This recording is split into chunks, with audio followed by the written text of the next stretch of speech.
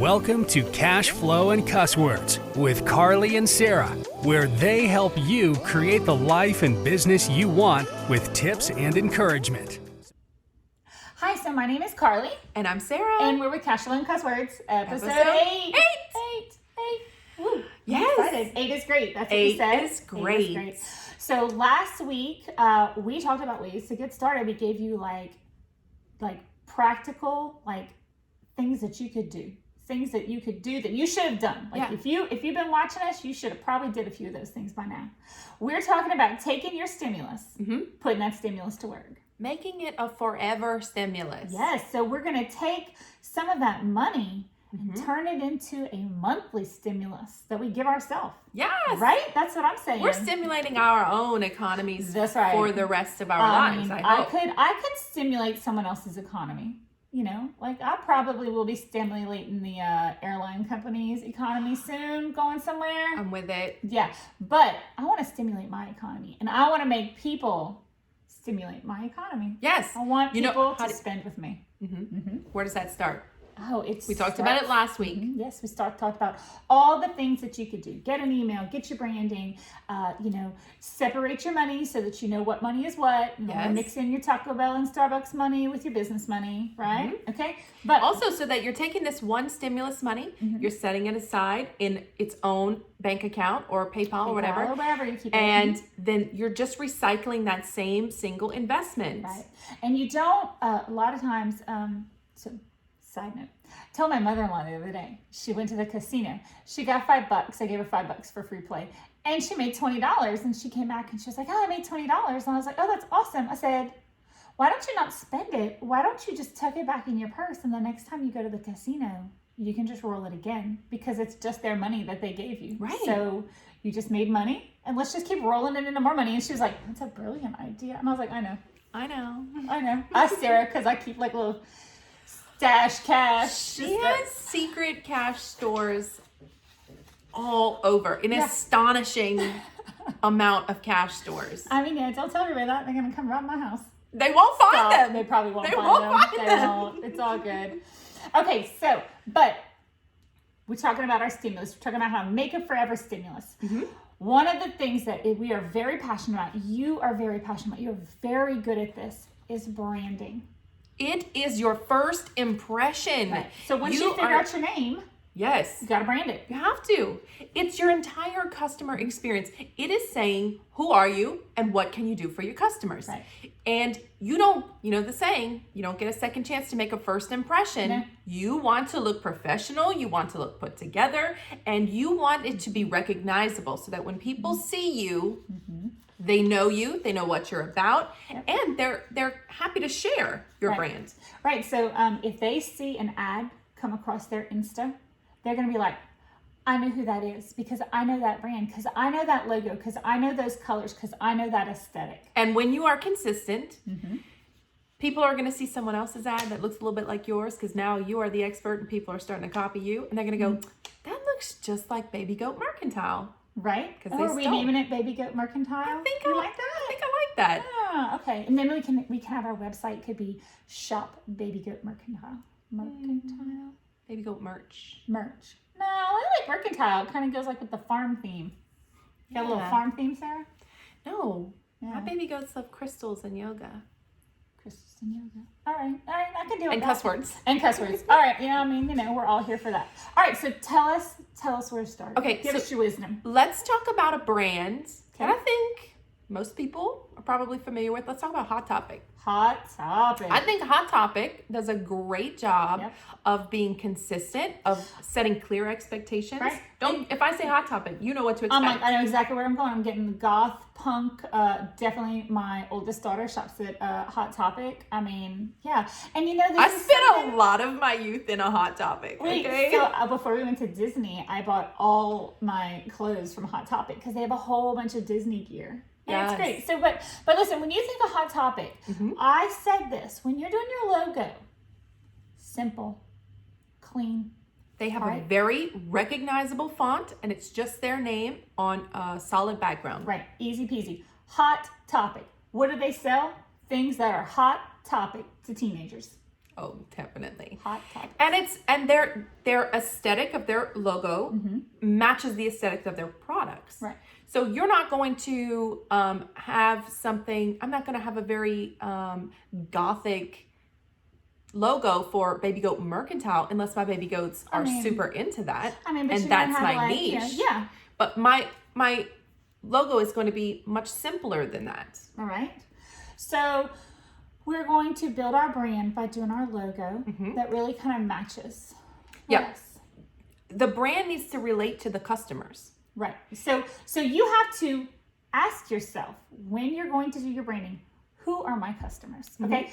If you're going through Hot Topic, who is Hot Topic's customers? I'd say the 30 to 15 crowd, the 12 to 30 crowd maybe. Yeah, definitely. Yeah, I mean, because it's kind of a good span. It's anime, it's pop culture, and you might even go a little older than 30. Like I know, Joey's really into anime, so like I would buy him something from Hot Topic. For sure. Yeah, but you would do your branding and your merch and everything towards that age group. Yeah. Right? And once you nail down your branding, then you can ask yourself all the time, does this match my branding? Does this match my message? I might want to share quotes of the day, but that might not match my aesthetic. No, if you were and my brand. If Hot Topic was gonna share a quote of the day, it better be sarcastic as fuck. Definitely. Right? Because that's what I would expect from them. Yes, and you want your customers to know what to expect from you because would never expect them to put up like a little rainbow, whatever. Oh no, they do a little bit, yeah. I mean, but they are like really into like Hello Kitties. Yeah, but they are really into they are really into mental health. But I mean, I think that's too. That's great. But also, it's just because not going to be like footprints in the sand. No, probably not. No, that's not them. No. So this is going to help you. You also let's rewind a little.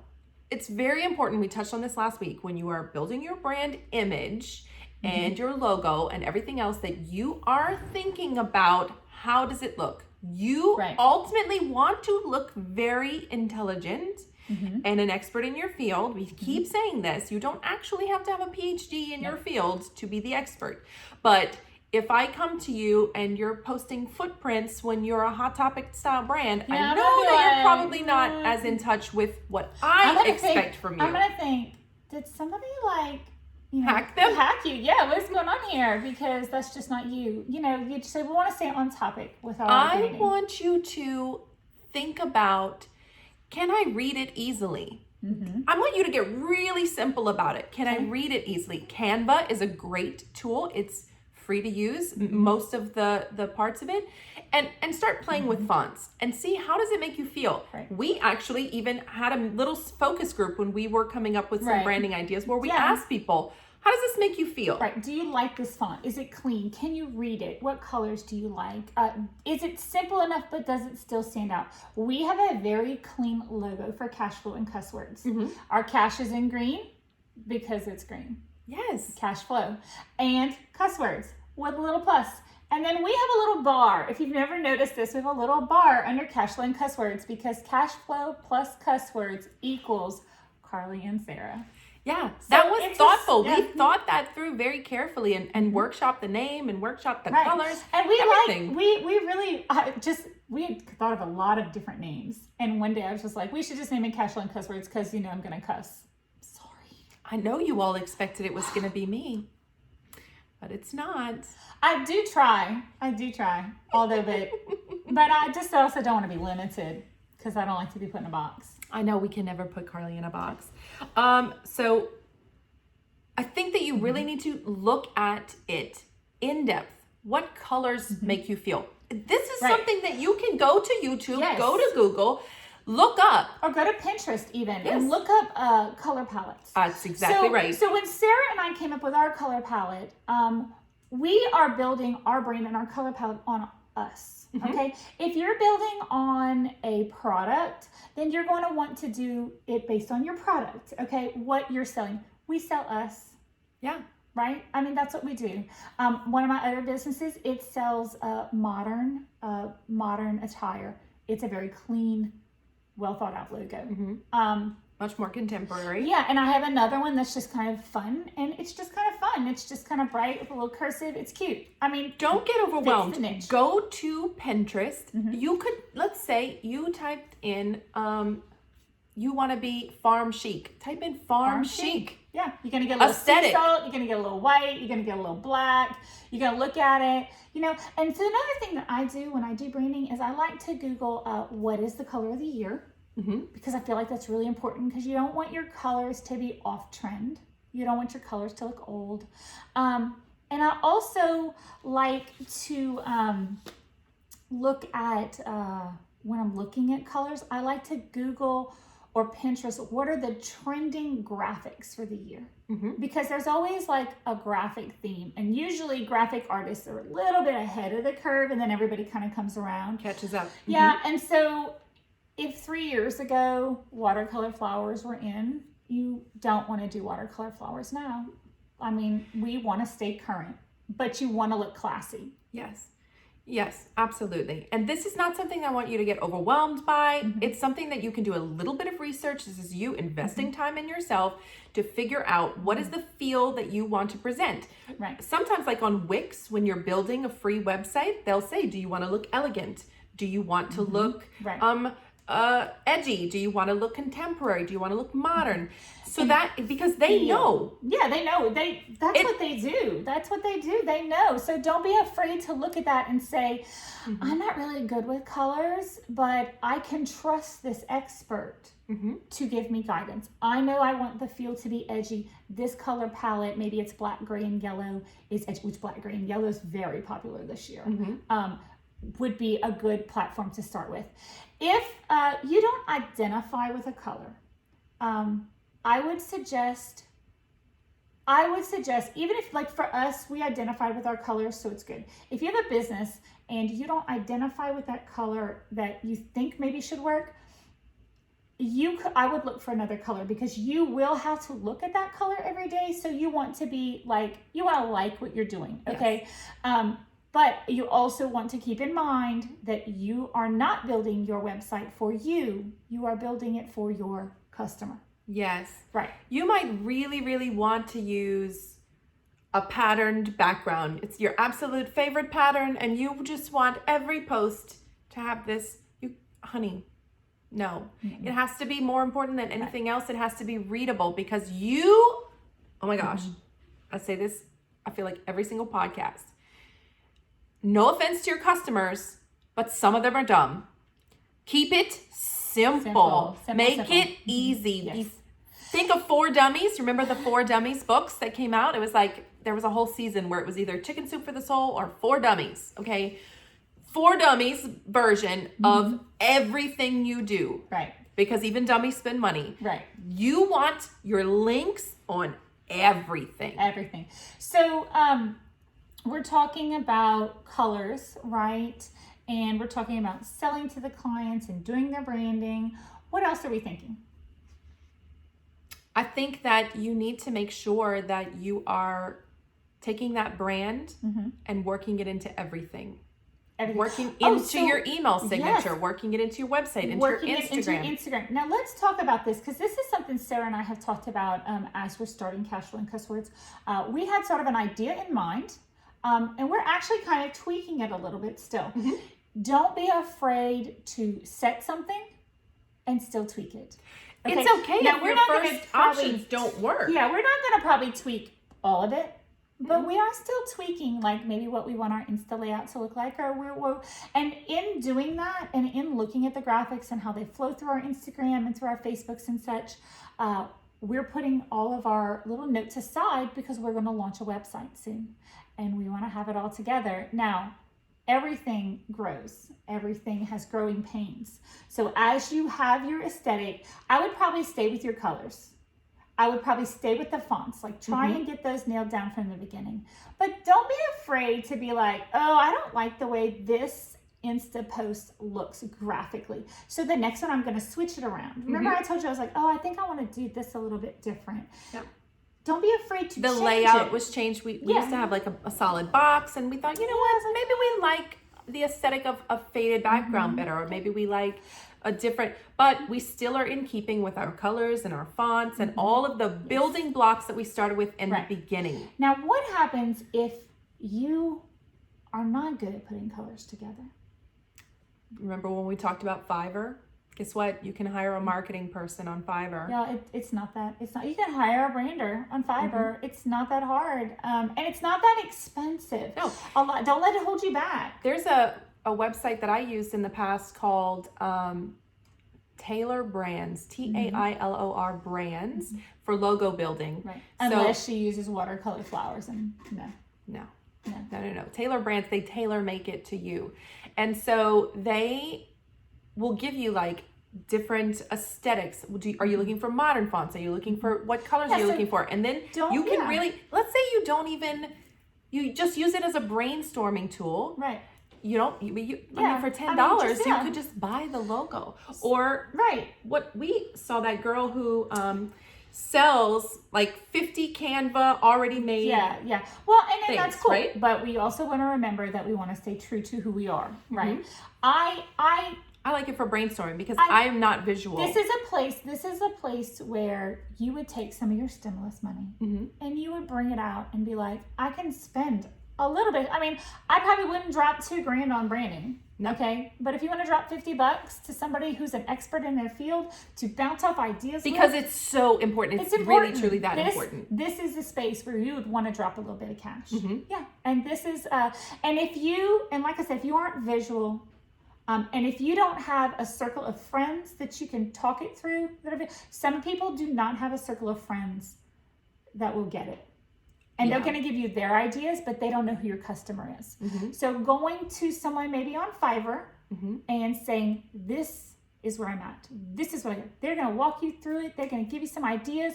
These people do this shit all day long. For me, it comes down to feelings. Yeah. I'm always asking myself, everything I buy on emotion.